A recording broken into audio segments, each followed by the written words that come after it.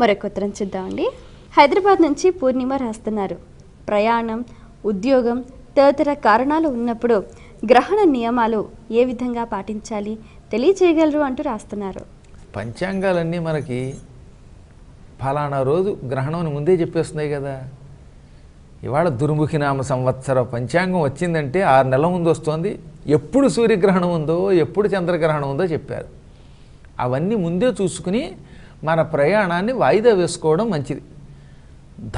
ధర్మం కింద కుండ బద్దలు కొట్టినట్టు చెప్పాలి. కాబట్టి ఈ ఆసనం మీద ఉన్నంత వరకు గ్రహణ సమయములో కాకి కూడా ప్రయాణం చేయదు. అది కూడా ములిగి స్నానం చేసి జపం చేస్తుందని పేరు. మనం మానవులం ధర్మాన్ని విడిచిపెట్టి మన ఏదో ధనం కోసమో ఏదో ఒక కల్పించుకుంటున్నాం. నేను ఈ పూట ప్రయాణం చేయనని భీష్మించుకుని ప్రజలందరూ ధర్మం మీద నిలబడితే ఈ సృష్టిలో ఎవడూ ఏమీ చేయలేడు.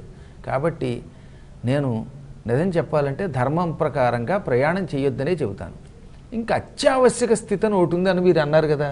అదేమిటంటే ఎవరో చచ్చిపోయినప్పుడు పలకరింపుకి వెళ్ళాలి, లేదా ఏ గర్భవతికో ప్రసవం అవుతుంటే పరిగెత్తుకు వెళ్ళాల్సి రావచ్చు, ఎవరికైనా ప్రమాదం వచ్చినప్పుడు హఠాత్తుగా వెళ్ళి రావాల్సి వస్తుంది, లేదా కొన్ని ఉద్యోగాలు ఉంటాయి. అంటే ఇప్పుడు ఉదాహరణకి ఇప్పుడు మీరు న్యూస్ లైవ్ ఇవ్వాలనుకోండి, అప్పుడు మీలాంటి ఛానల్స్లో పనిచేసే వాళ్ళకి తప్పదు పాపం. ఎందుకని అది 6 గంటలకి గ్రహణం పట్టినా ఆ సమయంలోనే మీరు ఏ ప్రత్యక్ష ప్రసార కార్యక్రమం ఇవ్వాల్సి రావచ్చు. ఇలాగ తప్పనిసరి పరిస్థితులను కొన్ని ఉంటాయి.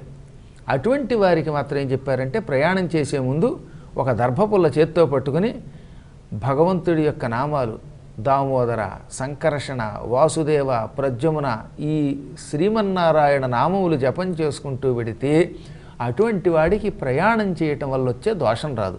అనవసరంగా మాత్రం ప్రయాణం చేయకూడదు. ఇంకా ప్రయాణ సమయమనే కాకుండా కొన్ని ఉద్యోగాలకు వెళ్ళవలసిన పరిస్థితి ఉంది కొంతమందికి, అందరికీ కాదు. కానీ పోలీస్ శాఖలో పనిచేసే వాళ్ళు ఉంటారు. వాళ్ళు ఇంట్లో కూర్చుంటామంటే మరి రక్షణ వరిస్తారు.